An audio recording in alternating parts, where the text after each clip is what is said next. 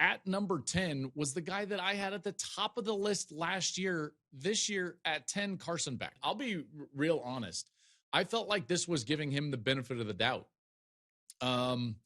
There's a lot of things that crept up both in season and then now postseason about Carson Beck that gives me a little bit of pause. One, he turned the ball over too much last year. Yes, Georgia struggled with drops on the outside. They had more drops than anybody amongst their wide receivers, than more than anybody in the country. That was clearly a problem. That's not necessarily his fault. And I was a guy that defended Carson Beck during the course of the season.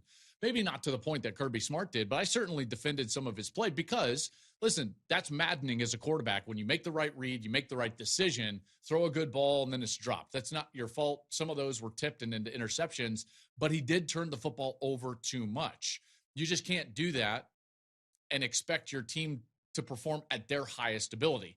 So that's the on-the-field stuff with Carson Beck. Then we get the injury, which also was on the field, but now we really haven't seen him throw all off season, and he hasn't been able to really generate any rapport with his new team or wide receivers. I think that this injury is going to be a bigger deal than a lot of people want to lead on. Again, the opportunity to develop chemistry with wide receivers during spring ball wasn't there. And then even at Miami, let's face it, he's had some off the field distractions, let's just call them. And I don't think that that's going to benefit anybody, but I do think that he's a really good player. That's why I had him number 1 last year. And even with some of those things that give me pause going into this season, he's still going to be on my list, except this time he's at number 10.